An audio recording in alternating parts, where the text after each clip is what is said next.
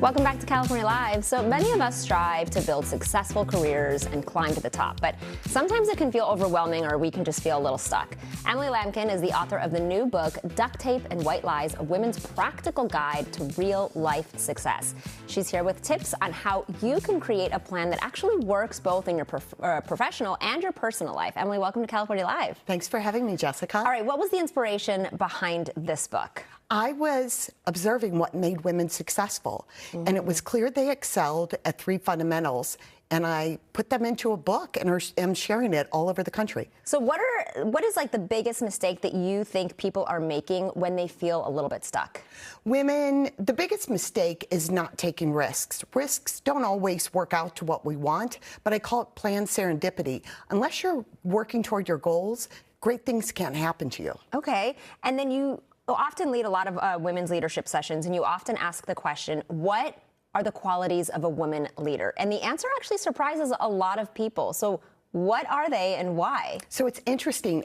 This list, I could all but write before I walk in the room. It doesn't matter where I am in the country or anywhere around the globe. Women say the same things. What they leave off every time is reliability. A woman or anybody that you can't count on to be there can't be a leader. Yeah. Okay, so what are some tips for handling some really difficult conversations? Because I think a lot of people will kind of shy away and just not even have a conversation if they think it's too difficult. Well, I mean, they're hard, and nobody likes to have difficult conversations.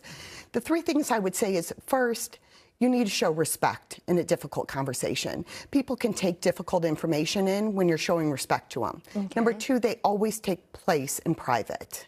And number three, you never share them with anybody else. You don't even allude to the fact that they took place. Oh, interesting. Okay, those are really good ones. And then what about setting boundaries? I think a lot of women, maybe just people in general, have a hard time setting their boundaries. So what are some rules for that? It's really hard to say no, isn't it? Yeah. And we women in particular, the vast majority of the women in this country not only have jobs and other obligations, but are the full-time caretakers for one or more human beings. Yeah. Leaves us with very little discretionary time.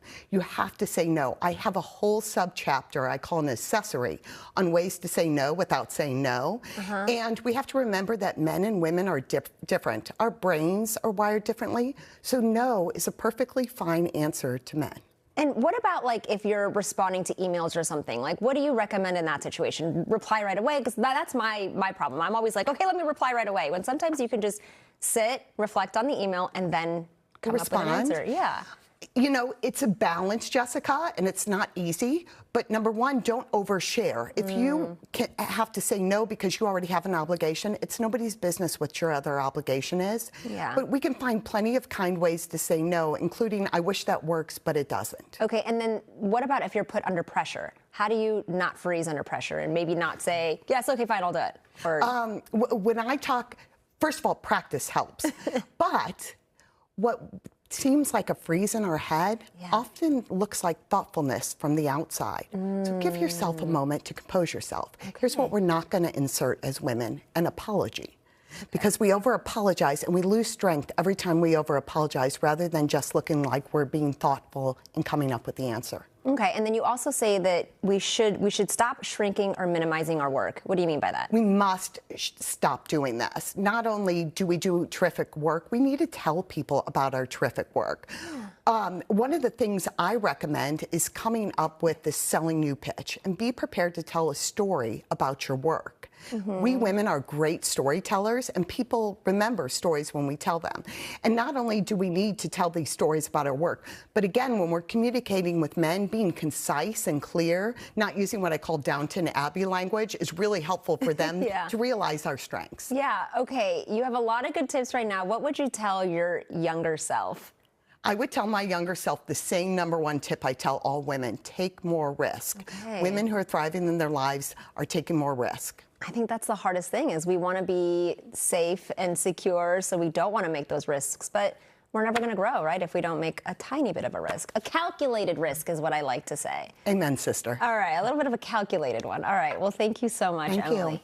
And Duct Tape and White Lies, a woman's practical guide to real life success, is available wherever books are sold.